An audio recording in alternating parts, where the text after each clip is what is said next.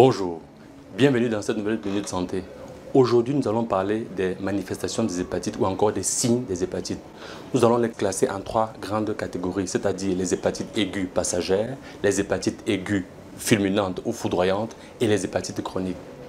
S'agissant des hépatites aiguës passagères, elles sont généralement déclenchées par la primo-infection, c'est-à-dire la présence dans un foie par le virus essentiellement de l'hépatite B.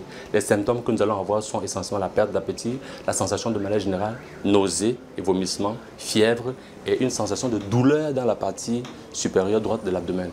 En ce qui concerne les hépatites fulminantes, elles sont un ensemble de symptômes qui sont liés à la destruction massive et rapide des cellules du foie. C'est généralement le cas lié à la primo-infection, effectivement aussi, lié à la présence du virus de l'hépatite B, aussi à la suite d'une cuite, une bonne dose d'alcool chez un patient qui est déjà par ailleurs dans un état d'impréhension alcoolique avancé, ou à la suite d'une intoxication médicamenteuse.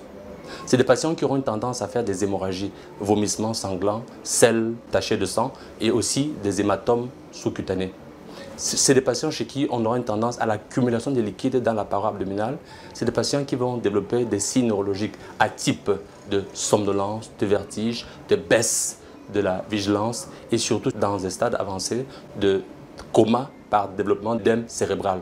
C'est l'occasion de dire qu'une hépatite médicamenteuse est grave, notamment l'hépatite liée au paracétamol, parce que la consommation de 5 grammes de paracétamol dans un intervalle très court va être à l'origine d'une insuffisance hépatique nécessitant une transplantation en extrême urgence si on veut sauver le patient. C'est l'occasion de rappeler que la consommation de paracétamol chez la femme enceinte expose le bébé à naître à un micropénis chez le garçon, à la féminisation chez le garçon, à la masculinisation de la fille, au développement de deux sexes, c'est-à-dire à l'hermaphrodite, aux tendances homosexuelles. Mieux informé, vous développez des réflexes santé de qualité parce que votre santé est votre premier capital.